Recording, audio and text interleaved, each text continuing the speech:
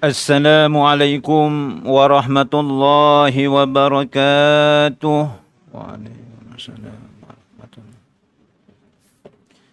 Ila hadratin Nabi Mustafa Muhammadin sallallahu alaihi wasallam wa ala alihi wa ashabihi kiramin Fatihah. A'udzu billahi minasy syaithanir rajim. Bismillahirrahmanirrahim. Alhamdulillahi Rabbil Alamin Ar-Rahmanir-Rahim Maliki Yawmiddin Iyyaka na'budu wa iyyaka nasta'in Ihdinas siratal mustaqim Siratal ladzina an'amta 'alaihim غير المغضوب عليهم ولا الضالين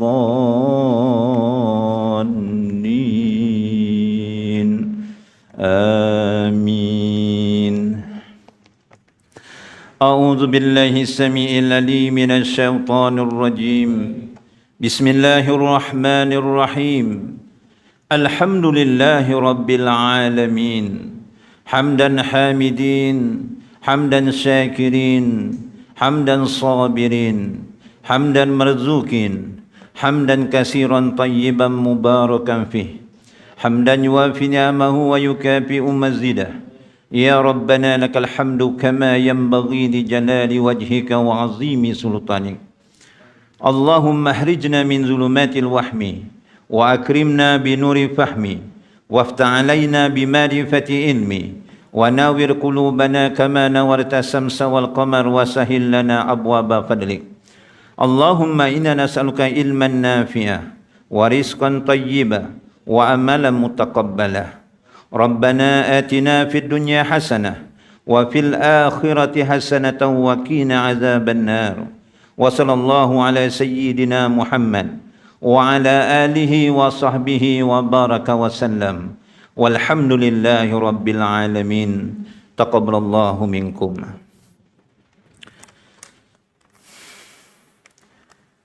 A'udzu billahi samii'il 'aliim minasy syaithaanir rajiim. Bismillahirrahmanirrahim. Alhamdulillahi rabbil alamin. Wal 'aqibatu lil muttaqin wa la 'udwana illa 'alal zalimin. Wassalatu wassalamu Muhammadin asrafil anbiya'i wal mursalin wa ala alihi wa sahbihi ajma'in.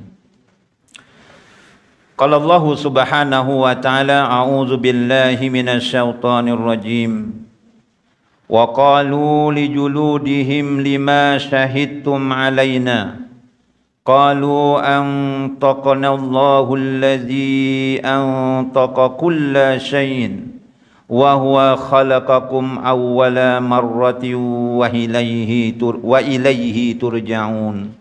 Sadaqallahul azim. Bismillahilladzi la yadurru ma'asmihi syai'un fil ardi wala fis sama' wa huwas samiul alim.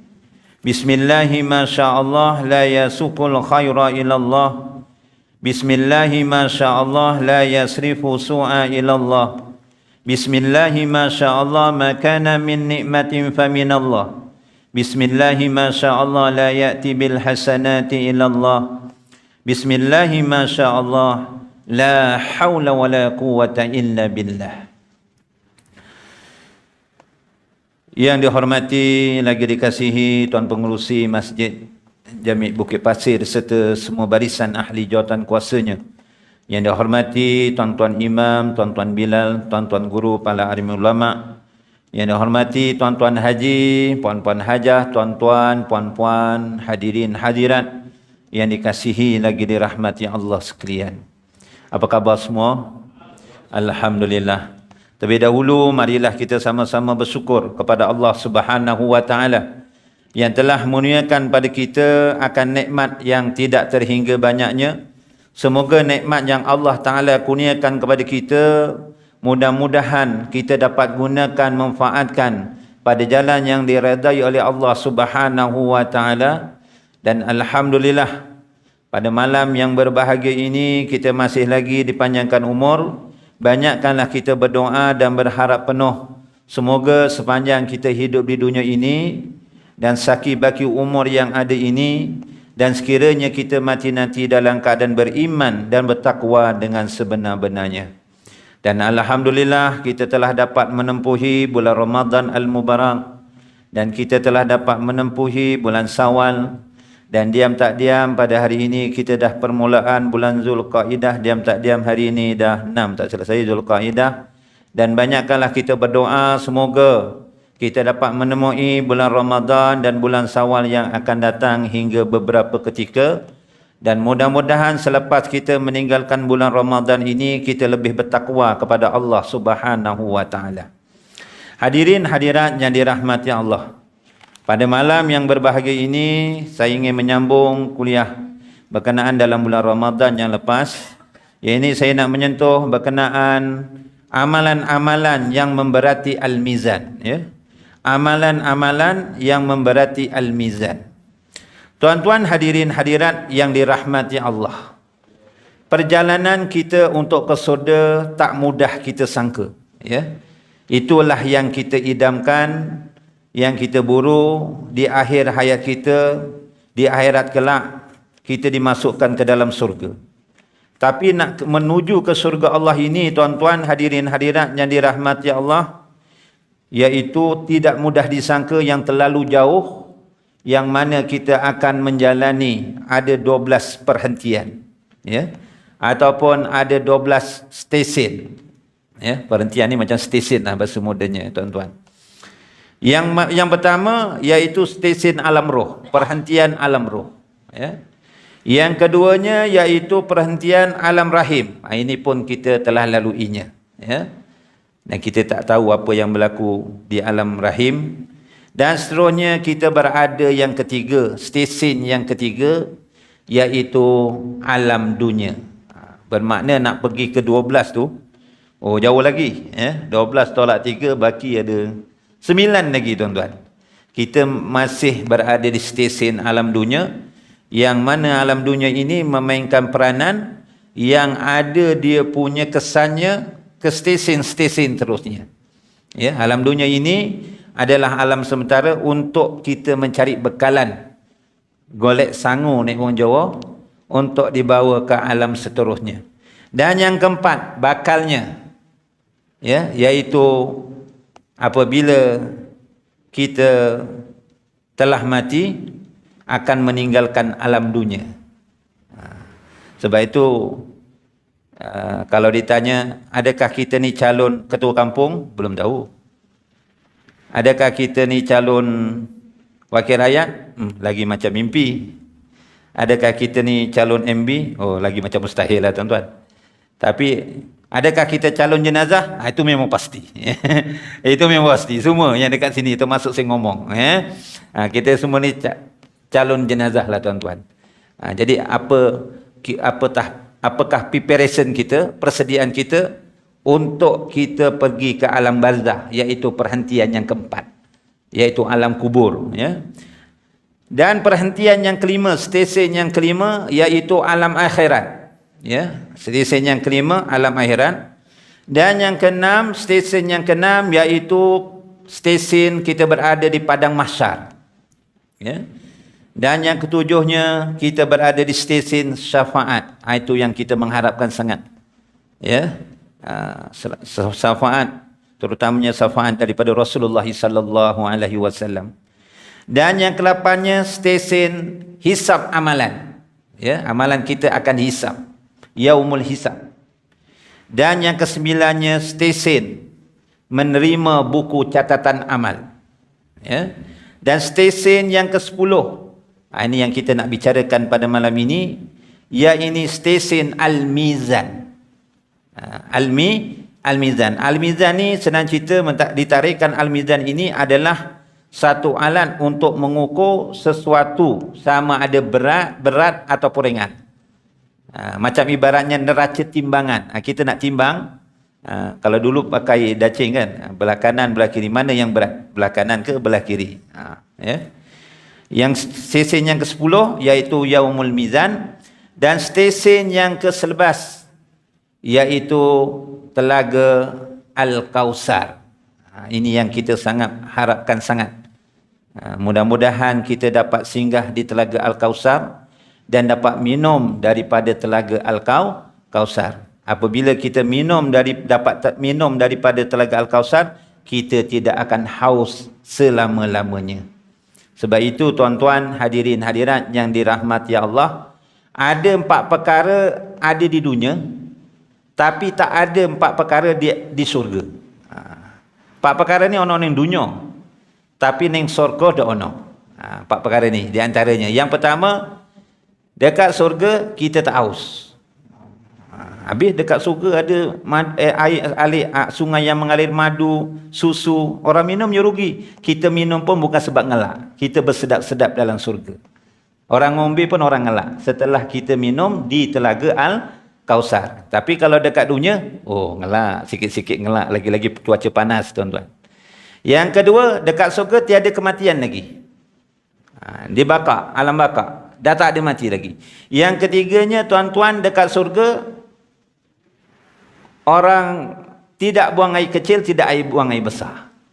Walaupun diceritakan di dunia ini, kekuatan kita makan, kekuatan kita minum, ada setengah riwayat menceritakan 100 kali ganda kita kuat. Makan, 100 kali ganda kuat minum, 100 kali ganda kita kuat hubungan. Cerita hubungan tu cerita lah. Dan yang keempat, dalam surga, tuan-tuan hadirin hadirat, yang tidak ada di dunia ada, dalam surga tak ada. Yang mana di surga kita tak ada perasaan iri hati, hasad dengki ataupun sebagainya, tuan-tuan. Ya, yang sebagaimana dinyatakan dalam surah Al-Hijr ayat 47. Ya, dalam surga ni tak ada perasaan iri hati, tuan-tuan. Yang mana, tuan-tuan, dalam surah Al-Hijr ayat 47, wa naza'na ma fi sudurihim min hilin ikhwanan ala sururim mutaqabilin. Dan kami lenyapkan segala rasa dendam, iri hati di dalam hati mereka. Mereka merasa bersaudara duduk berhadap-hadapan di atas hadapan-hadapan. Maksudnya tidak ada penyakit iri hati, dendam. Contohnya, tuan-tuan, apabila pasangan rumah tangga itu suaminya soleh, orang rumahnya pun solehah, dua-dua mlebu surga, dua-dua masuk surga. Ketika itu suaminya melayani bidadari. Bidadari mengerumuni suami. Isinya ketok porah. Nampak tak? Nampak. Walaupun isinya diceritakan kalau dia solehah, lebih wayu, kata orang Jawa, lebih cantik daripada bidadari yang ada. Tapi contohnya suaminya melayani bidadari, isterinya nampak. Dia rasa iri hati ke? Rasa marah ke? Rasa dendam ke? Di surga tidak ada, tuan-tuan. Tapi kalau dunganya, macam mana, tuan-tuan? Tuan-tuan buat lebih sikit dengan ibu IT aja, balik dicetol, tuan-tuan, dicubit. Abang sengaja bual macam-macam ya dengan dia, baru bual aja, tuan-tuan. Kadang-kadang sanggup bermadu pun tak sanggup, tuan-tuan. Tapi di surga tak ada rasa iri hati, tuan-tuan. Itu 4 perkara lah, tuan-tuan. Okey, yang ke-11, Telaga Al-Kausar. Yang ke-12, iaitu proses yang terakhir. Sama ada dia masuk surga ataupun masuk neraka. Sama ada masuk surga, kalau masuk neraka sementara, akhirnya masuk surga, ataupun masuk neraka selama-lamanya. Iaitu proses yang akhir, titian sirat. Titian sirat. Secara ringkasnya, titian sirat ini, tuan-tuan, ada setengah riwayat diceritakan dalam kitab Tazkirah fil Awalil Mauta wal Umuri wal Akhirat yang disusun oleh Al-Imam Qurtubi, tuan-tuan. Titisan sirat ini ada yang diceritakan sejauhnya 15,000 tahun perjalanan. 15,000 tahun perjalanan. Itu hari dekat akhirat. 1,000 tahun di dunia sama dengan 1 hari dekat akhirat. Titian sirat tu jauhnya 15,000 tahun perjalanan. 5,000 dia menaik. 5,000 tahun mendatar. 5,000 tahun menurun. Ikut amalan masing-masing. Ada yang meniti titian sirat seperti, tuan-tuan, lajunya macam kilat menyambar. Ada yang meniti titian sirat sekelip mata, kelip melek wis tekan. Habis mlebu syurga. Sekelip mata, sekelip aja 15,000 tahun. Dah sampai masuk surga, tuan-tuan. Ada yang macam tu. Ada yang ketiga seperti angin bertiup kencang. Okey lagilah tuan-tuan. Ada yang keempat dia meniti titian sirat seperti burung terbang cepat. Ada yang kelima dia meniti titian sirat seperti kuda lari pantas. Yang keenam ada yang meniti titian sirat seperti unta berlari. Unta tak berlaju lah tuan-tuan. Kira okey juga. Tapi janganlah sampai yang ketujuh. Dia meniti titian sirat dalam keadaan mengisut-ngisut. Kapan nak tekan tuan-tuan? Ya. Itu proses yang akhir yang ke-12. Jadi tuan-tuan hadirin hadirat yang dirahmati Allah sekalian. Di dalam hadis Nabi SAW, pengajaran hadis rawahu Tirmizi 2357. Daripada Anas bin Malik pernah bertanya kepada Rasulullah SAW. Ya Rasulullah, ketika aku di dunia, aku boleh bertemu denganmu ya Rasulullah. Ada permasalahan, ada keperluan, aku boleh berjumpa denganmu ya Rasulullah. Aku boleh cari. Tapi besok kalau dekat akhirat, dekat mana aku nak mencarimu ya Rasulullah? Neng di aku harap golek. Di mana lokasinya? Lokasinya lah. Dekat mana lokasinya ya Rasulullah? Dekat mana? Tuan-tuan hadirin hadirat yang dirahmati Allah. Lalu kata Rasulullah SAW, pertamanya carilah aku tuan-tuan, ya Anas bin Malik, carilah aku pertamanya di Al-Mizan. Di mana? Di neraca timbangan. Kalau tak jumpa aku di Al-Mizan, carilah aku di Al-Khawd, iaitu di telaga Al-Kausar. Tapi tuan-tuan, ada juga umat Rasulullah, dia tak dapat minum besok dekat telaga Al-Kausar, dihalau. Itu yang kita sangat takut tuan-tuan. Itu next saya akan terangkan. Kalau di telaga Al-Kausar tak jumpa, kau carilah aku yang ketiga lokasinya, iaitu di titian sirat tuan-tuan. Hadirin hadirat yang dirahmati Allah sekalian. Saya teringat tuan-tuan, ada 3 masa tuan-tuan kita sangat gerun gebentar menghadapinya. Tadi kita nak cari Rasulullah kat mana? Besok mudah-mudahan kita majlis ilmu, mana tahu Allah Ta'ala ingatkan, aku nak cari Rasulullah kat mana ni nak dapat syafaat Nabi ni. Aku teringat lah di Al-Mizan. Tanya malaikat contoh, ya wahai malaikat, mana Al-Mizan? Contohnya. Itu lokasinya.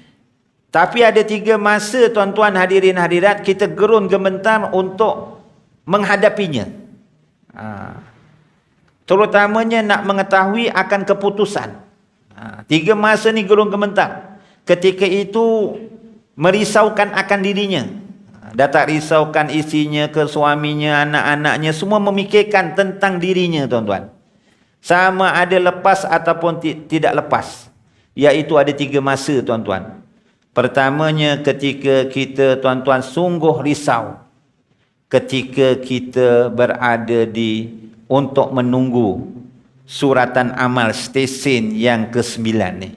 Catatan amal. Sungguh risau. Risau kenapa tuan-tuan? Nak dapat keputusan. Kita sama ada ashabul yamin ataupun ashabul simal. Sama ada kita menerima catatan amal tu belah kanan ataupun belah kiri. Tengok sahabat kita, ya Allah dia dapat belah kiri. Tengok masih hidup macam aku juga ni dia ni. Sembahyang berjemaah pun, sembahyang Jumaat aja datang. Nak kira tu sembahyang Jumaat pun 4 kali dia tak boleh buat seorang diri. Kalau boleh buat seorang diri, aku buat kat rumah. Tengok dia, aku pun tak rajin baca Quran macam dia. Baca suratul Mulk aja lepas sembahyang Isyak. Itu pun kadang-kadang baca, kadang-kadang tidak. Sembahyang rawatib ba'diyah, qabliyah ba'diyah pun aku jarang buat macam dia. Wih, takut aku ni. Agak-agak macam dia ke sebelah kiri. Wah, sungguh cemas ketika itu. Ya, sungguh cemas ketika itu nak mendapat suratan amal. Ya. Dan yang keduanya, kita cemas sangat tuan-tuan ketika kita di Yaumul Mizan. Ya. Ketika di Yaumul Mizan tuan-tuan kita sungguh cemas. Cemas kenapa tuan-tuan? amalan kita ini apabila dihisap, ditimbang, pahalanya lebih banyak ataupun dosanya lebih banyak. Oh, itu sungguh cemas tuan-tuan. Sungguh cemas.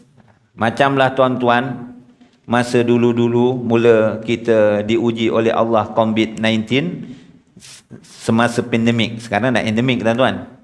Kali pertama kena swab test. Oh, saya sendirilah tuan-tuan berulang kali dah lali dah juluk hidung tu tuan-tuan. Tapi kali pertama tuan-tuan, apabila dah buat swab test ni nak tunggu keputusan beberapa minit, oi, dia punya berdebar lain macam tuan-tuan. Baca selawat pun banyak tuan-tuan. Sallallahu ala Muhammad, sallallahu ala Muhammad, Allahumma salli ala Muhammad, Allahumma salli ala Muhammad. Tiba-tiba kawan kita sebelah dapat keputusan positif ustaz. Saya positif mal. Positif. Astagfirullahalazim, astagfirullah. Banyak istighfar tuan-tuan. Lagi banyak istighfar. Hari biasa tak berapa sangat, tapi nak dapat keputusan swab test saja. Dah gerun gementar tuan-tuan. Itu baru dapat keputusan swab test saja. Ini tuan-tuan, apabila di Al-Mizan kita cukup gentar. Sama ada amal soleh kita lebih banyak ataupun pahalanya lebih banyak di mizan ditimbang, ataupun dosanya lebih banyak. Wah, itu sungguh gementar. Kita nak menanti bagaimana keputusannya. Itu nanti kita nak bicarakan apakah amalan-amalan yang memberatkan timbangan kita besok di Al-Mizan. Yang ketiganya sungguh gerun gementar, nak tahu keputusan sama ada lepas tak lepas ketika meniti titian sirat tuan-tuan. Itu sungguh gementar. Ada yang kurang sejengkal aja tuan-tuan. Kurang sejengkal boleh lepas dah masuk surga. Tiba-tiba masuk ke dalam neraka. Itu yang kita sungguh gentar. Jadi tuan-tuan, hadirin hadirat yang dirahmati Allah, sebelum saya menerangkan apakah amalan-amalan yang memberatkan besok di Al-Mizan, saya ingin menerangkan tuan-tuan hadirin hadirat apakah yang besok ditimbang di Al-Mizan. Apakah yang ditimbang di Al-Mizan? Ya, di sini terdapat beberapa pendapat ulama. Ada yang menyatakan yang ditimbang besok di Al-Mizan ada 3 perkara. Yang pertama yang akan ditimbang tuan-tuan hadirin hadirat adalah amalan kita. Ya, amalan kita ini akan ditimbang. Ya, amalan ketika hidup semasa hidup di dunia. Sebab itu kita minta kepada Allah Subhanahu Wa Taala semoga kita ini dipanjangkan umur dalam keimanan.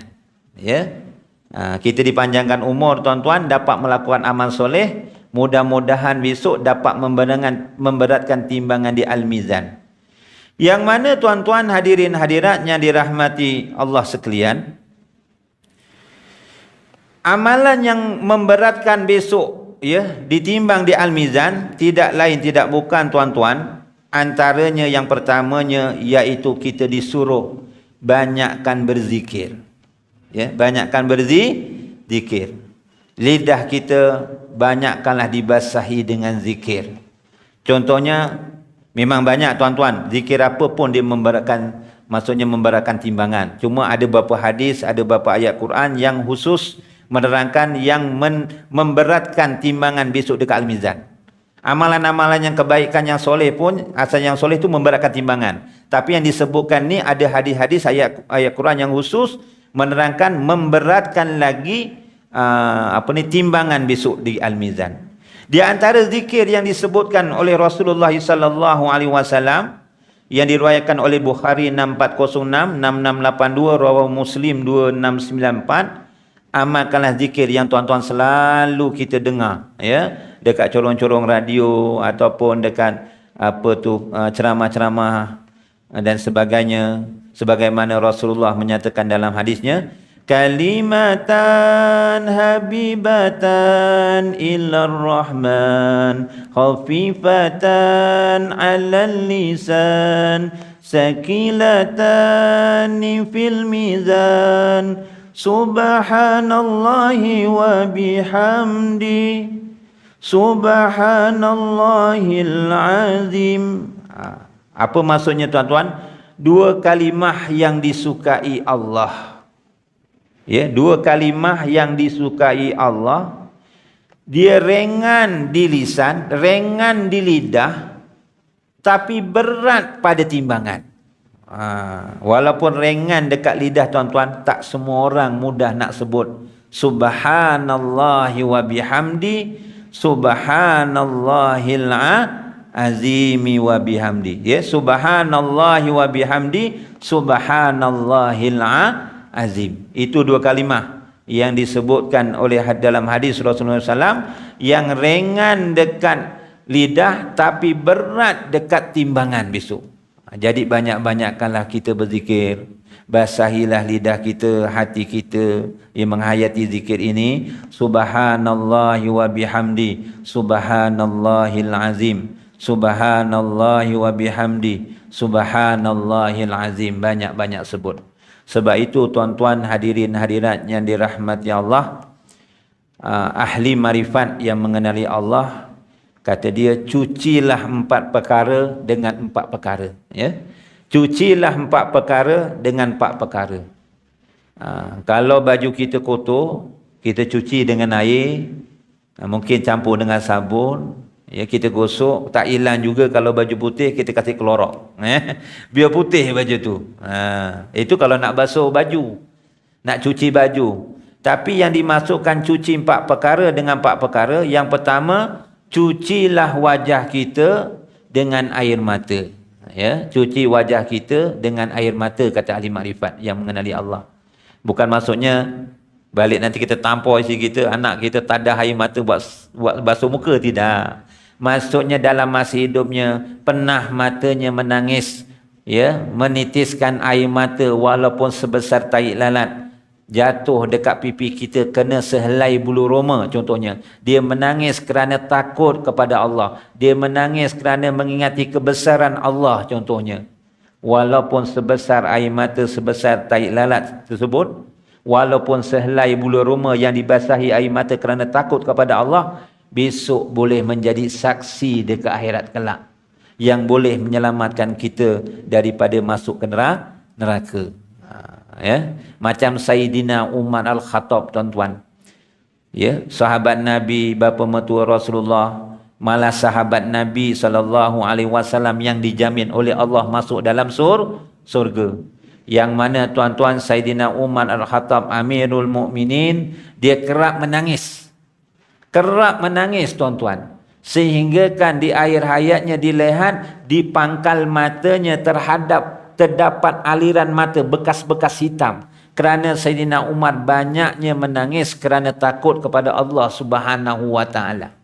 Ini diceritakan tuan-tuan dalam satu kisah, ada 2 orang duta daripada negara luar, Azerbaijan. Ya, tak silap negaranya Azerbaijan. 2 duta ni datang nak bertemu Sayyidina Umar Al-Khattab di Madinah. Tapi wis tekan Madinah ki, datang Madinah dia dah apa ni? Dah agak petang, dah maghrib lah senang cerita. Lalu 2 duta daripada negara Azerbaijan ni kata, kita jumpa Amirul Mukminin besok ajalah. Dah maghrib ni malam, tak sedap pula mengganggu Amirul Mukminin. Sedangkan waktu berjabat, waktu pagi hingga petang ni dah malam, takkan nak jumpa Amirul Mukminin. Kita bermalam lah di Masjid Nabawi ni, besok baru kita jumpa. Okey, tapi tak cakap okey gitu. Okey lah, 2 duta pun setuju. Apabila dah solat Isyak di Masjid Nabawi, hari pun dah tengah lanjut malam, 2 duta ini nak tidur dekat Masjid Nabawi tu. Apabila nak tidur, terdengar suara orang merintih menangis. Ya, suara mendengar merintih, dia berdoa, ya Allah, ya Tuhanku, ya, ampunkanlah dosa-dosaku, ya Allah. Ya, dia merintih, dia menangis, dia merintih kepada Allah, mohon keampunan kepadanya. Lalu 2 duta ni dengar suara, tapi ketika itu suasana agak gelap. Ya, dah malam, lampu masjid ibaratnya dipatani lah, dah gelap. Dengar suara je merintih. Malam-malam ni siapa pula yang menangis ni, merintih ni? Lalu 2 duta tadi pun bersuara, wahai saudara, siapakah kamu di sana? Wahai saudara, siapakah kamu di sana? Lalu dia menjawab, aku adalah anak yang hina daripada Al-Khattab. Maksudnya rupa-rupanya yang menangis dekat masjid tu malam, adalah Amirul Mukminin Sayyidina Umar Al-Khattab. Oh, terperanjat. Sepatutnya sebagai seorang pemerintah, malam-malam dah tentu tidur dekat rumah istananya lah ibaratnya. Tidur di tilam nyampuk. Tapi Sayyidina Umar Al-Khattab, dia banyak menghabiskan masa itikaf dekat masjid dan banyak muhasabah dirinya, banyak menitiskan air mata. Sebab itu Sayyidina Umar Al-Khattab ni dia kurang tidur waktu tengah hari ataupun malam. Sekiranya aku banyak tidur pada waktu tengah hari, ia akan merugikan rakyatku. Sekiranya aku banyak tidur di waktu malam, maka ia akan merugikan diriku. Itu Sayyidina Umar Al-Khattab, tuan-tuan. Yang keduanya, cucilah percakapanmu dengan zikir. Itu tuan-tuan. Percakapan kita ini tuan-tuan dicuci dengan zikir. Kita cakaplah benda yang berfaedah.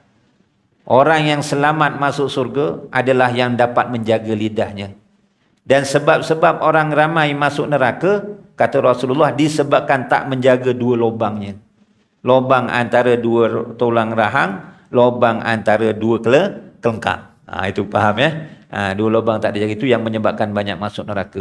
Jadi cucilah percakapan kita dengan zikrullah. Banyakkanlah kita membaca contohnya subhanallah wa bihamdi subhanallahil azim. Banyakkan ucapan tasbih. Kita ucapkan kalimah tauhid, la ilaha illallah, la ilaha illallah, la ilaha illallah, la ilaha illallah. Ya Allah, itulah yang mencucikan percakapan kita dan yang memberatkan besok di timbangan di al-mizan.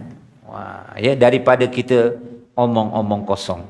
Dan yang ketiga, cucilah dosamu, kata Ali Marifan. Cucilah dosa kita tak boleh dengan sabun. Cucilah dosa kita dengan bertaubat. Ya. Cucilah dosa kita dengan bertaubat. Terutamanya dosa-dosa yang besar, kena taubatan nasuha.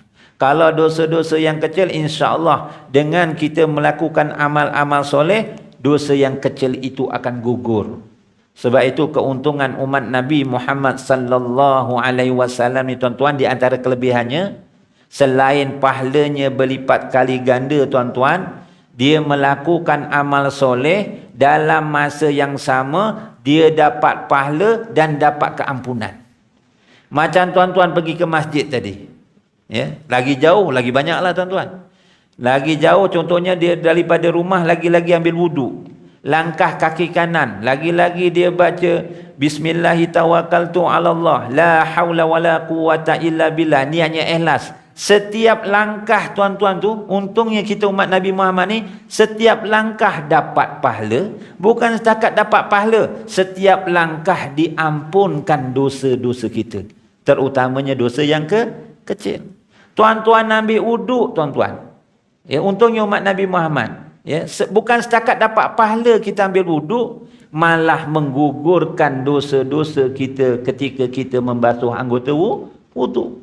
Tuan-tuan duduk dekat majlis ilmu ni tuan-tuan, Masya Allah, tabarakallah.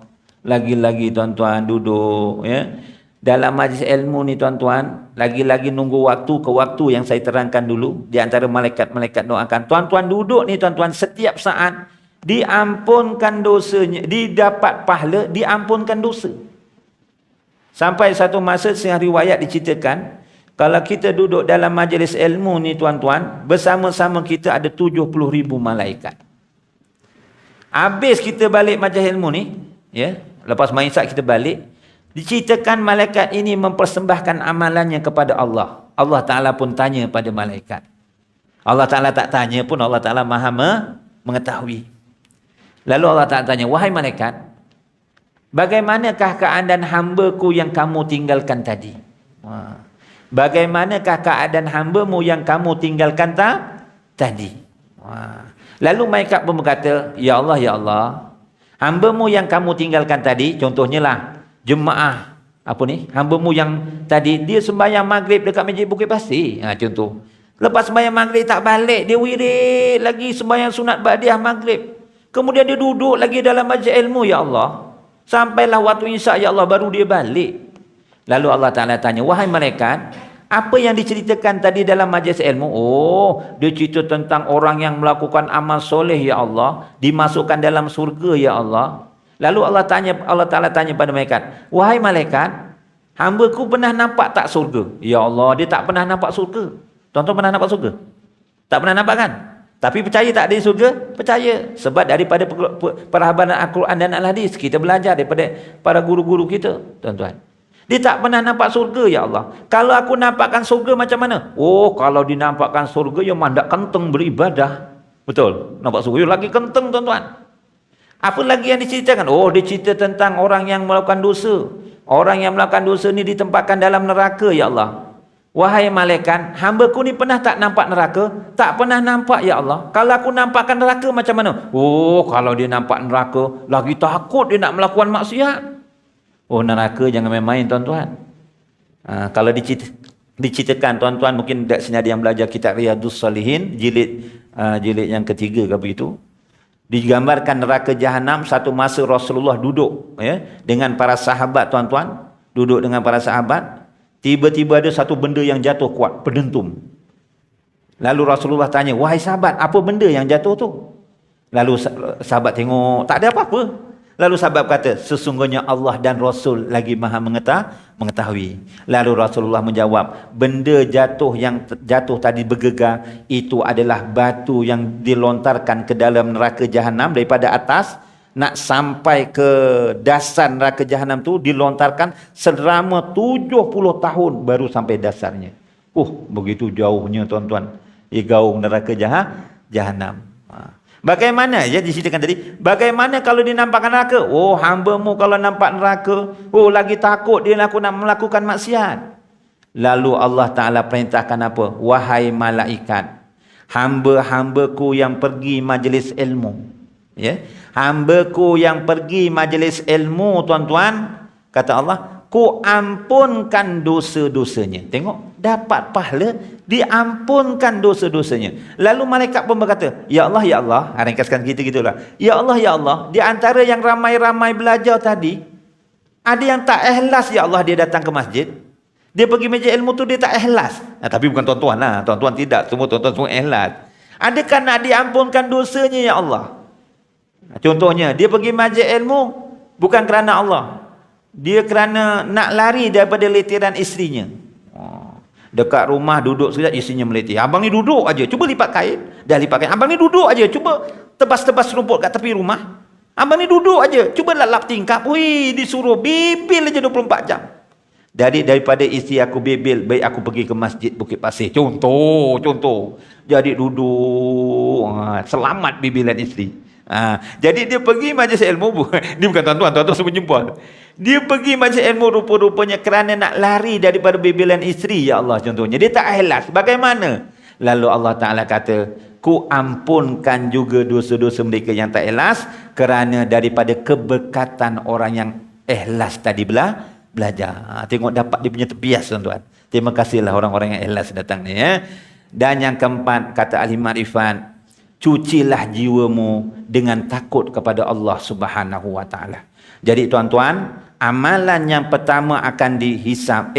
Perkara pertama yang ditimbang adalah amalan.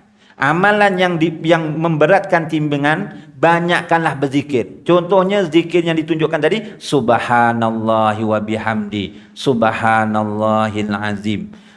Contohnya kalimat tauhid lagi-lagi, La ilaha illallah, La ilaha illallah. Begitu juga zikir-zikir yang lain. Yang keduanya tuan-tuan hadirin hadirat yang dirahmati Allah, apakah amalan-amalan yang memberatkan timbangan?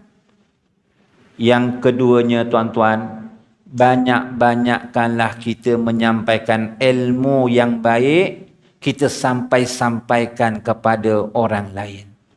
Maksudnya kita sampaikan ilmu yang bermanfaat. Ya, walaupun satu ayat, balighu anni walau ayah, sampaikanlah daripada ku walaupun satu ayat.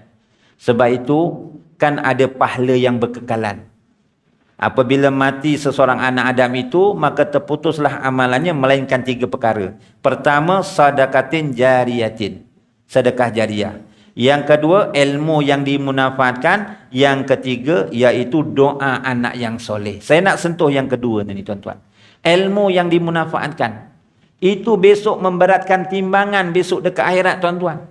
Ustaz, macam mana saya nak sampaikan ilmu? Tak mampulah Ustaz. Ilmu tak setinggi mana. Yang tingginya sebangunan sekolah aja, saya sekolah 4 tingkat. Tapi ilmu tak sambung bangunan. Walaupun tuan-tuan tak mampu nak menyampaikan kepada orang ramai, takkan kita tak mampu nak menyampaikan ilmu setidak-tidaknya untuk ahli keluarga kita. Untuk isteri kita. Untuk anak-anak kita.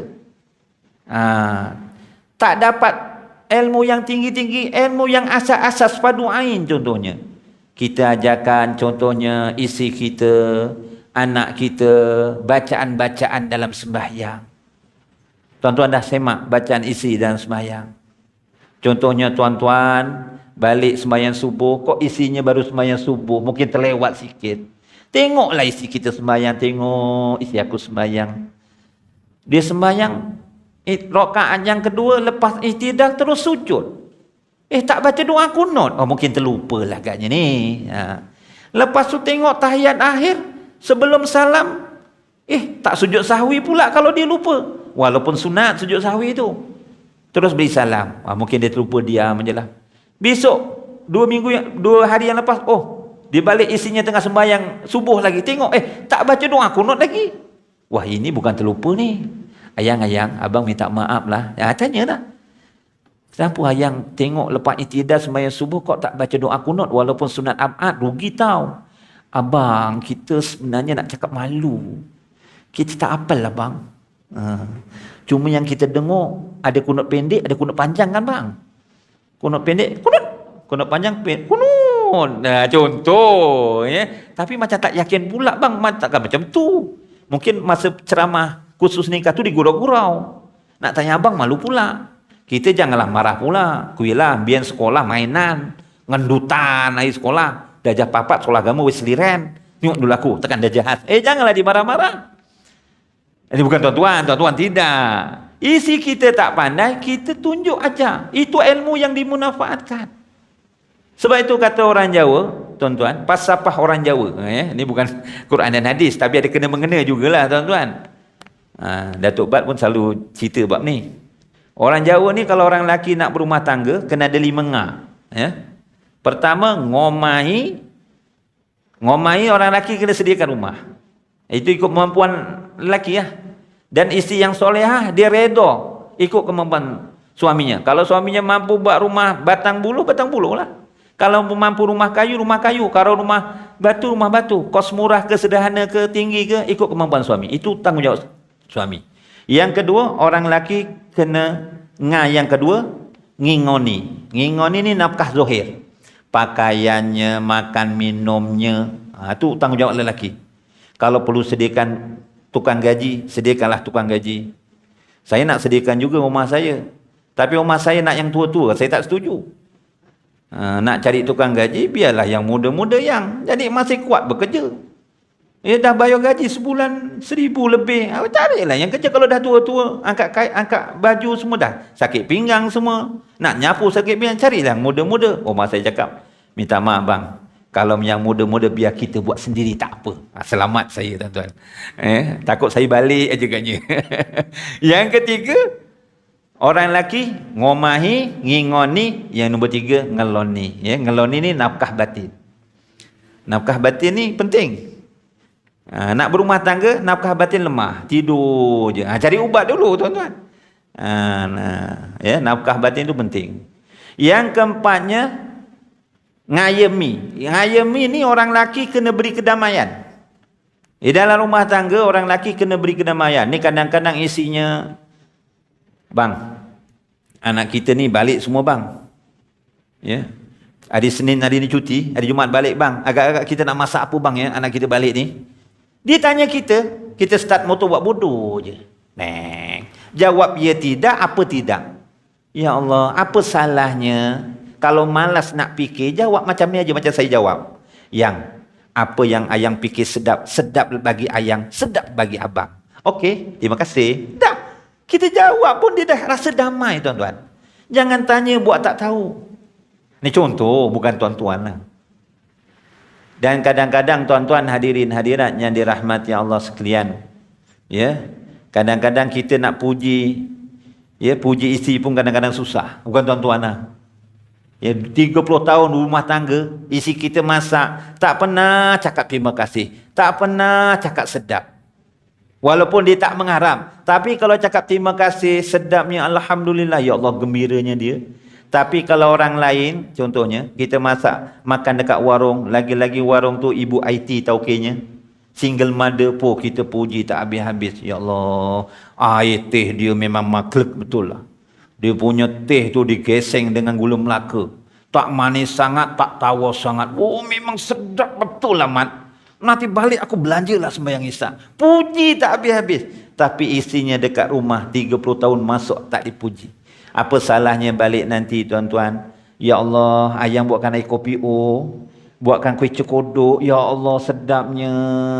Patutlah abang tadi nak ngeteh dekat depan tu, warung lepas masjid tu macam berat. Rupa-rupanya ayang masak buat cekodok. Bismillahirrahmanirrahim. Maka, ya Allah, lembutnya, sedapnya. Alhamdulillah. Terima kasih yang suka tak dia? Damai tak dia? Damai tak dia? Damai. Dapat pahala tuan-tuan. Berat timbangan jugalah, tapi tak seberat macam tadi tu. Gembira dia tuan-tuan. Tiap-tiap hari dia buat kuih cekodok.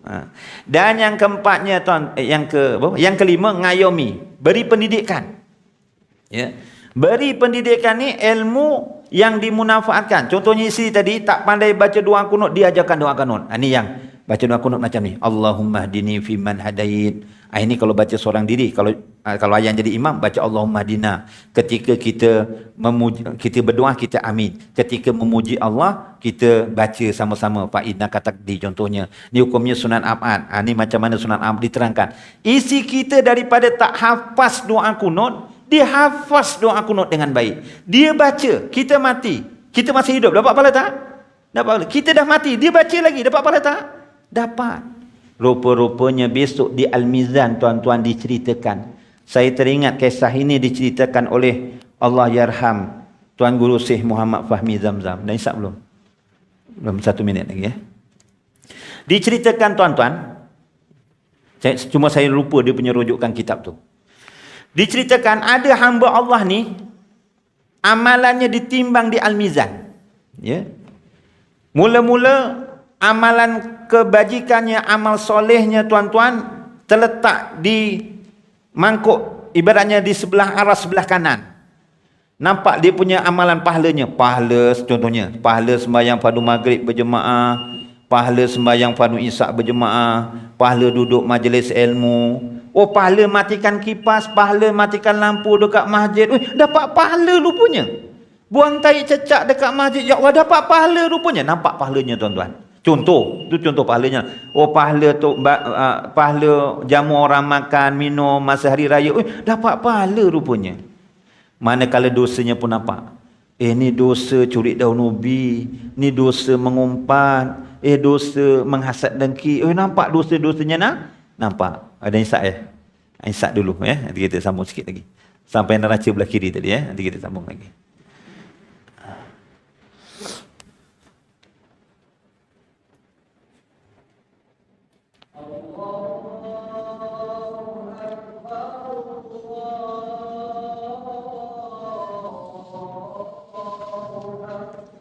Allahu Akbar, Allahu Akbar.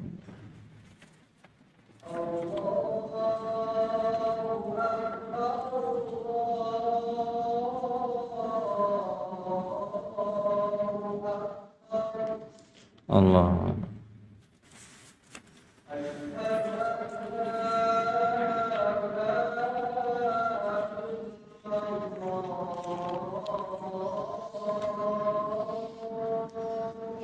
Asyhadu an la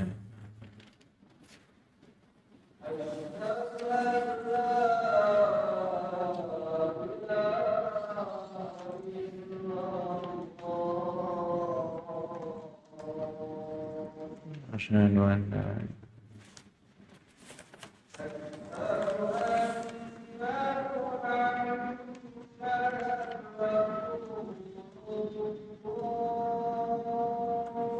asyhadu an la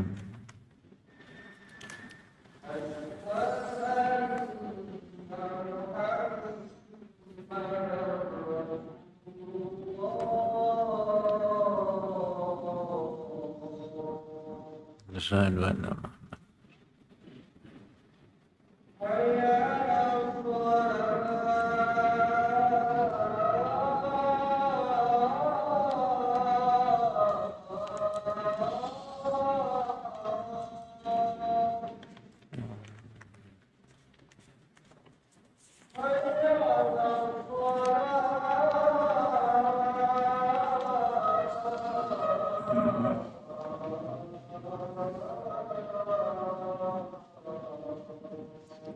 no, no, no, no.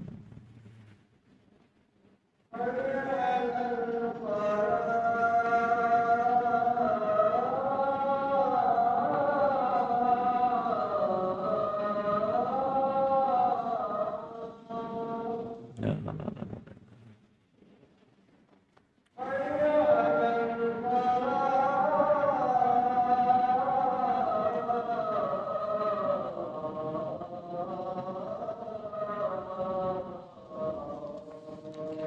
No, no, no.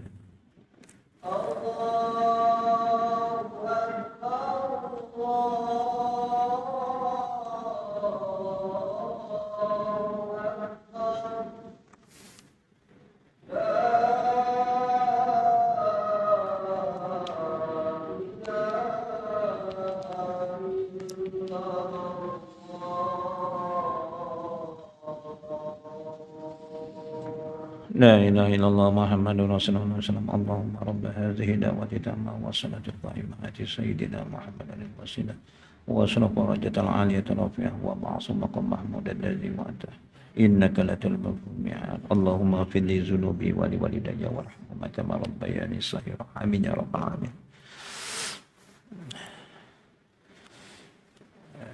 Jadi tuan-tuan hadirin hadirat yang hamba Allah tadi ditimbang, pahalanya nampak, pahala sembahyang berjemaah, pahala baca Quran, pahala berbakti pada ibu bapa, pahala buat baik dengan jiran tetangga. Lepas tu ditimbang nampak belah kiri pula dosanya banyak, ada nampak dosanya. Dosa mengumpat, dosa curi daun ubi, dosa curi selipar orang balik sembahyang. Contoh macam-macam dosa, nampak dosa. Tiba-tiba ada hamba Allah ni apabila di neraca timbangan, dosanya tu lebih sikit daripada pahala. Dosanya lebih sikit daripada pahala, lebih sikit. Wah, ya Allah, masuklah neraka ya Allah. Walaupun sementara pun, ya. Ya Allah, apa lagi amalan yang dapat membantuku ya Allah. Ketika di Al-Mizan tadi kan gunung gemetar. Tiba-tiba tuan-tuan diceritakan dalam kisah ini ada segumpal awan tuan-tuan. Ibaratnya segumpal awan tuan-tuan. Apa yang dalam gumpal awan? Awan tu mungkin kalau kita awan tu membawa air hujan, contohnya air hujan. Ataupun saya nak mudahkan tuan-tuan nak faham, ada kantong tuan-tuan. Kantong tahu kantong? Kantong ni puni lah puni. Macam tuan-tuan beli durian masukkan kantong. Tapi kantong ni tuan-tuan dia bukan luksina. Kalau luksina daripada luar nampak dalam. Ini kantong tu macam guni lah tuan-tuan. Diponcot gitu, saya taruh kat depan. Saya bawa masuk ke masjid ni, ini kantong tuan-tuan, diponcot gitulah, diikat. Poncot tu diikat lah depannya. Tuan-tuan tahu tak dalam kantong tu apa? Durian apa lepas sembahyang ni nak bagi durian ke? Dalamnya kotak ke ni? Contoh, tak tahu apa dalam kantong tu tuan-tuan. Lalu segumpal awan tadi ataupun kantong tadi ni diletakkan dekat mangkuk neraca tadi ni, timbangan yang pahala. Tiba-tiba pahalanya menjadi berat. Berat daripada dosa. Gembiranya dia, ya Allah, ya Allah. Ini pahala apa ya Allah ni? Pahala apa ni ya Allah? Daripada mana pahala ni ya Allah? Sebab pahalanya tak nampak. Yang tadi pahala sembahyang berjemaah, zikir, subhanallah, subhanallah, alhamdulillah, alhamdulillah. Oh, matikan lampu, dapat pahala. Tapi dalam kantong tu pahala apa ya Allah? Ya Allah, banyaknya pahala ni. Pahala apa ya Allah? Pahala apa ni ya Allah? Lalu Allah Ta'ala terangkan, wahai hambaku, ini adalah pahala orang-orang yang melakukan amal soleh. Loh, wong sing gawe kok aku sing ngentuk ya Allah. Tapi tak cakap jauh lah tuan-tuan. Orang ini adalah pahala orang-orang yang melakukan amal soleh. Orang yang buat tu aku yang dapat ya Allah. Orang yang melakukan amal soleh, dia sing gawe, kok aku sing ngentuk ya Allah. Kok saya yang dapat ya Allah. Walaupun dia melakukan amal soleh, tapi dia melakukan amal soleh di atas tunjuk ajar kamu dalam masa hidup kamu. Contohnya dia melakukan ibadah haji umrah, kita yang ajarkan. Kita ajarkan contohnya baca Quran, dia pandai baca Quran. Dia contohnya pandai kita jadi ketua rewang dekat taman. Kita ajar anak-anak kampung masak nasi biryani gam contohnya. Ilmu yang baik. Anak masak biryani gam ni niat kena ikhlas kerana Allah. Nak mulakan baca bismillahirrahmanirrahim, baca selawat, rempahnya macam ni, masak dengan penuh kasih sayang. Orang tu tak pandai nasi biryani, pandai masak nasi biryani. Dapat pahala tak? Dapat. Ilmu yang baik. Tapi jangan belajar ajar ilmu yang jahat pula. Ilmu nak curi durian. Wah, bawa guni, ya. Bawa guni, lalu jalan bawah pokok durian. Kalau nyangkut, itu durian lah. Jangan ajar yang tak baik. Rupa-rupanya amalan yang memberatkan timbang tadi, rupa-rupanya dalam masa hidupnya, dia menyampaikan ilmu yang bermanfaat. Ya. Dan yang ketiganya tuan-tuan, apakah amalan yang memberatkan timbangan tuan-tuan? Kita hendaklah melakukan beramal dengan akhlak yang mulia. Sebab pernah Rasulullah ditanya tuan-tuan, dalam hadis Nabi SAW riwayat Tirmizi tuan-tuan, dinyatakan ya, an Abi Hurairah qala su'ila Rasulullah sallallahu alaihi wasallam an aksari ma yudhilun nas al jannatu faqala taqwallahi wa husnul khuluq. Diriwayatkan daripada Abu Hurairah bahawa Rasulullah SAW, ya, ada sahabat bertanya, ya Rasulullah, apakah yang penyebab seseorang itu ramai mlebu syurga? Apa sebabnya ya Rasulullah? Lalu Rasulullah menjawab apa? Taqwallah wa husnul khuluq. Yang menyebabkan orang banyak masuk surga apa dia? Dengan dia bertakwa kepada Allah dan husnul khuluq, iaitu orang yang mempunyai akhlak yang baik. Sebab tu akhlak yang baik, kata Rasulullah, ma min say'in fil mizani asqalu min husnil khuluq.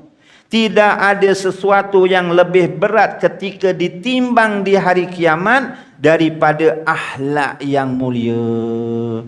Selain kita menjaga akhlak kita kepada Allah, kita jaga akhlak kita sesama manusia. Termasuklah kita jaga akhlak kita dengan alam sekitar. Ini buang sampah, buka kereta, buang dekat tingkap.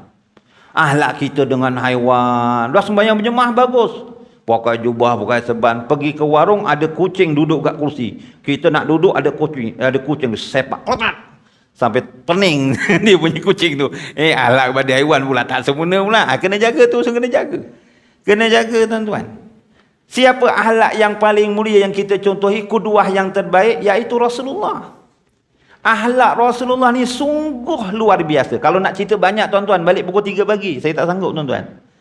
Tuan-tuan dekat je rumah. Apa contoh akhlak yang mulia? Saya ambil satu contoh je tuan-tuan.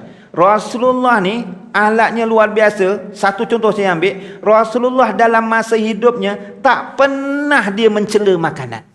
Sekalipun Rasulullah tak pernah mencela makanan.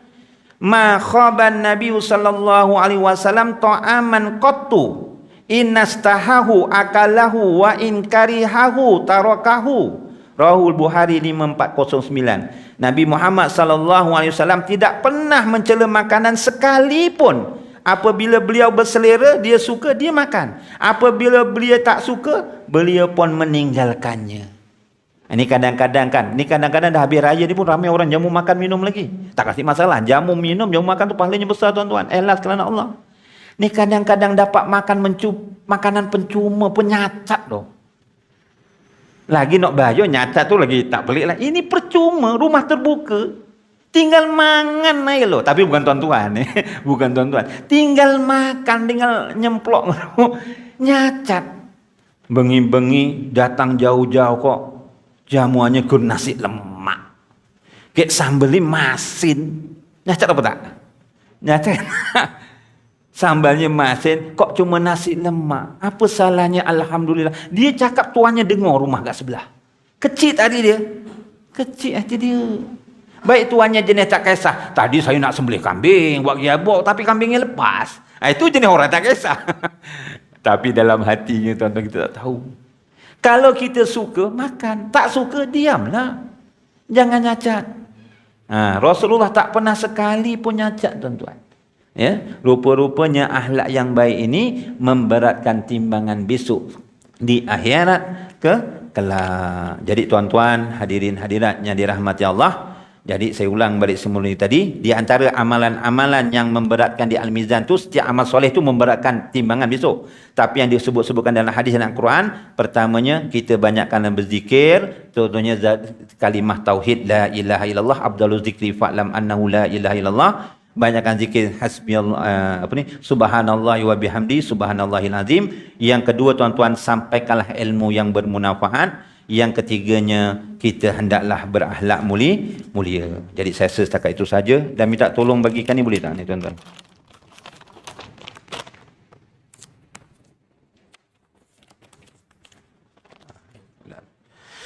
Okey, dekat ni ada satu doa tuan-tuan. Doa ni ringkas saja. Tuan Imam tadi pun dah baca tuan-tuan. Tuan-tuan, supaya kita minta supaya diringankan hisab. Keistimewaan umat Nabi Muhammad SAW ada dalam hadis yang akan datang saya terangkan. Di antaranya ada 70,000 umat Nabi Muhammad ni dimasukkan surga tanpa hisab. Dalam setengah riwayat, Rasulullah minta lagi tambah-tambah. Setiap kali 1,000, Rasulullah minta lagi 70,000 umat-umatnya supaya dimasukkan surga tanpa hisab. Dalam kita doa ni tuan-tuan, amalkan, ya. Kelebihan umat Nabi Muhammad ni tuan-tuan, di antara doanya tidak ditolak oleh Allah Subhanahu Wa Taala, supaya kita minta supaya diringankan dihisab amalan kita saat kita besok dihisab. Amalkan satu doa pendek aja tuan-tuan. Allahumma hasibni hisaban yasira. Kalau ramai, Allahumma hasibna hisaban yasira. Ya Allah, periksalah amalan saya, ataupun ya Allah, periksalah amalan kami dengan pemeriksaan yang ringan. Yang bawah itu adalah dia punya sandaran hadisnya tuan-tuan. Kemudian tuan-tuan, hendaklah kita sering berdoa. Ya. Rabbana ufilli wali walidayya walil mu'minina yauma yaqumul hisab. Sebelum ni kita baca Rabbi ja'alna muqimas shalah, Rabbi ja'alni muqimas shalah wa min dzurriyyati rabbana wa taqabbal du'a, tu ayat 40. 41-nya Rabbana filli wali walidayya walil mu'minina yauma yaqumul hisab. Wahai Tuhan kami, berilah ampun bagiku dan bagi kedua ibu bapaku serta bagi orang-orang yang beriman pada masa berlakunya hitungan amal dan pembalasan, ya. Jadi mudah-mudahan tuan-tuan dapat mengamalkan doa. Doa ni tuan-tuan, ada, saya teringatlah perbualan seorang guru. Seorang guru dengan muridnya. Gurunya tanya pada murid, ini penutuplah tuan-tuan, Gurunya tanya pada murid, wahai muridku, apakah di dalam dunia ini benda yang paling gagah? Apa yang benda dalam dunia ini paling gagah? Muridnya pun jawab, ini gajah lah, apalah. Kata tuan gurunya, betul. Tapi yang paling gagah, kata gurunya, adalah bukit ataupun gunung. Bukit gagah tak? Bukit kalau ditiup angin terbang tak dia? Dari segi logik, kalau terbang jahanam itu. Ditiup bukit Taman Surga Perdana, terbang pergi Bukit Pasir, habis tuan-tuan. Kalaupun kena panas dia tak cair, kena sejuk dia tak beku. Tapi ada tak yang lebih gagah daripada bukit dan gunung? Muridnya terpinga-pinga. Ada guru. Yang paling gagah adalah besi. Gagah tak? Dengan besi disodok bukit bukau gunung ganang jadi rata, betul? Sedangkan bukit gunung ganang tu sebagai pasak bumi, pengimbang bumi. Ada tak benda yang lebih gagah daripada besi? Kata gurunya. Terpinga. Ada, kata gurunya. Apa yang lebih gagah daripada besi, lebih kuat? Api. Besi kalau kena api cair tak? Cair. Buat parang ke, sabit ke, spring luri, dibakar sampai panas, ya, dibentuk, boleh. Apa benda yang lagi gagah daripada api? Air. Apa yang lebih hebat daripada air? Manusia. Betul. Air yang besar dia empang, buat hidroelektrik, dialihkan ke rumah-rumah jadi pipe contohnya. Ada tak benda yang boleh ngalahkan manusia? Ada. Iaitu ngantuk. Ini ngantuk kalah. Kita kuat ni. Nak gaduh ni ngantuk. Nak gaduh ni badannya gagah. Tiba-tiba ngantuk. Tidur dia tuan-tuan. Tidur. Hebat berbicara. Macam saya ngajar ni tiba-tiba ngantuk. Tidur. Apa yang lebih gagah daripada ngantuk?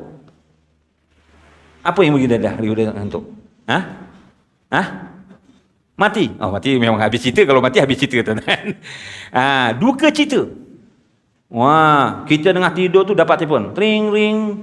Abang, mak kita jatuh bilik air. Jatuh bilik air. Daripada ngantuk, hilang tak ngantuk? Hilang ngantuk dengan berita duka cerita. Apa yang lebih kuat daripada duka cerita? Apa kata guru tersebut? Tidak lain, tidak bukan. Lebih kuat adalah doa. Jadi kita rajin-rajinlah doa. Walaupun kita baca Allahumma hasibni hisab bayyasiro. Jangan kita malah doa lah. Setidak-tidaknya kita doa. Rabbana atina fid dunya hasanah wa fil akhirati hasanah wa qina azabannar. Ada yang lagi malas. Macam biasa, ya Allah. Oh, macam tu. Janganlah macam tu. Macam biasa dia. Itu dah melampau sangat. Malahnya macam biasa. Jadi saya setakat itu saja yang saya dapat sampaikan. Kalau ada silap dan salah, harap dapat dimaafkan. A'udzubillahi minasyaitonirrajim. Bismillahirrahmanirrahim. Alhamdulillahi rabbil alamin. Wassalatu wassalamu Muhammadin asrafil anbiya'i wal mursalin. Wa ala alihi wa sahbihi ajmain. Allahumma arinal haqqa haqqa warzuqna tiba'ah wa arinal batila batila warzuqna tinabah. Allahumma ati Muhammadanil wasilah waj'al fil mustafina mahabbata wa fil alamina darajata wa fil muqarrabina sarrah. Allahumma ja'al jam'ana hazza jam'an marhuma wa tafarraqana min ba'dihi tafarraqan masuma wa la tajalil lahum fina wa la ma'ana wa la yadbahuna syaqiyya wa la matrudan wa la maruma wa hablana li musinina wa muqassirana li amilana wa hablana kulla bi wajhil karim ya rabbal alamin. ربنا آتنا في الدنيا حسنة وفي الآخرة حسنة وقنا عذاب النار وصلى الله على سيدنا محمد وعلى آله وصحبه وبارك وسلم والحمد لله رب العالمين سبحانك اللهم وبحمدك أشهد أن لا إله إلا أنت وأستغفرك وأتوب إليك بسم الله الرحمن الرحيم والعصر إن الإنسان لفي خسر إلى الذين آمنوا وعملوا الصالحات watawasau bil haqq watawasau bis sabr. Sadaqallahul azim. Dengan ini saya sudahi dengan wabillahi taufik wal hidayah. Wassalamualaikum warahmatullahi wabarakatuh.